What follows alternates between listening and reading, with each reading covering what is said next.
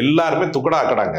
எதுவுமே ஒரு நீங்க யாருக்காவது ஆளுமை மிக்க தலைவர்கள் என்று நீங்கள் யாரையாவது ஆற்றல் மிக்க தலைவர்கள் தமிழ்நாட்டினுடைய வரலாற்றை திசை திருப்பக்கூடிய ஒரு தலைவர் அந்த மேடையில யார் இருந்தா சொல்லுங்க. பாமக பாதி பாமகவாக இருக்கிறது. அன்புமணிக்கும் ராமதாஸுக்கும் முட்டிக்கிட்டு நிற்குது. ஏற்கனவே வாக்கு சதவீதம் ரொம்ப குறைவான வாக்கு சதவீதம் 4% தான் உங்களுக்கு இருக்கு. அதை 2ஆ உடைச்சிட்டு நிற்கிறாங்க.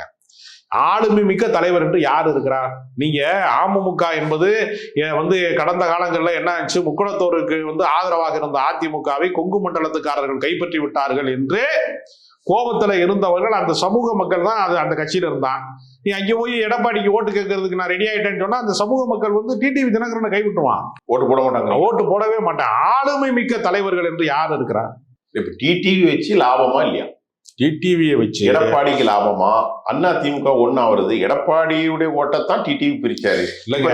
நிற்கும் போது இந்த முடிவை அனைத்து இந்திய அண்ணா திராவிட முன்னேற்ற கழகத்தினுடைய தலைமை கழகத்திலே இருந்து கொண்டு எடப்பாடியும் டிடிவி தினகரனும் தங்கள் கட்சிக்காரர்கள் முன்னிலையில பேசி வேண்டிய தலைவர்கள் மூத்த தலைவர்கள் முன்னிலையில பேசி இணக்கத்தை கண்டால் அதனுடைய ரிசல்ட் வேற. எங்கோ இருந்து பியூஷ் கோயல் உங்க பஞ்சாயத்து பண்றாருன்னா எம்ஜிஆர் மாளிகையிலே தீர்க்கப்பட வேண்டிய பிரச்சனை எல்லாம் டெல்லியிலே தீர்க்கப்படுகிறது என்று சொன்னால் உங்களுக்கு என்ன ஆளுமை இருக்கிறது? நான் கேட்கிறேன். எடப்பாடி தலைமை என்று சொன்னால் எடப்பாடி தானே இந்த பிரச்சனையை தீர்க்கணும். அதிமுகவில் இருந்து பிரிந்து சென்றவர்களை சேர்ப்பதற்கான அதிகாரம் எடப்பாடி பழனிசாமிக்கு இருக்கிறது, ஓபிஎஸ்க்கு இருக்கிறது, சசிகலாவுக்கு இருக்கிறது.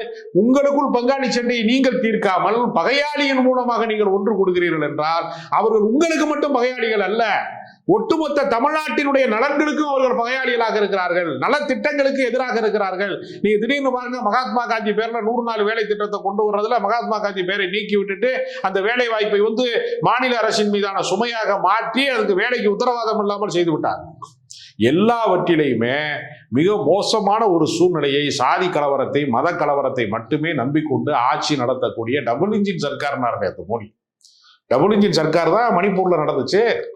டபுள் இன்ஜின் சர்க்கார் தான் குஜராத்தில் நடந்துச்சு. அங்கெல்லாம் கலவரங்களிலே கொல்லப்பட்டார்கள், சாமானியர்கள் கொல்லப்பட்டார்கள், பெண்கள் பாலியல் வன்புணர்வு செய்யப்பட்டார்கள், பாதுகாப்பற்ற சூழல் அங்கே உருவானது. அதை வைத்துக் கொண்டு அந்த மாதிரியான அரசியலைனா தமிழ்நாட்டிலே நிகழ்த்தவே முடியாது. இப்ப நேத்து மோடி பேசும்போது திருப்பரங்குன்றத்தை கோட்பட்டார்.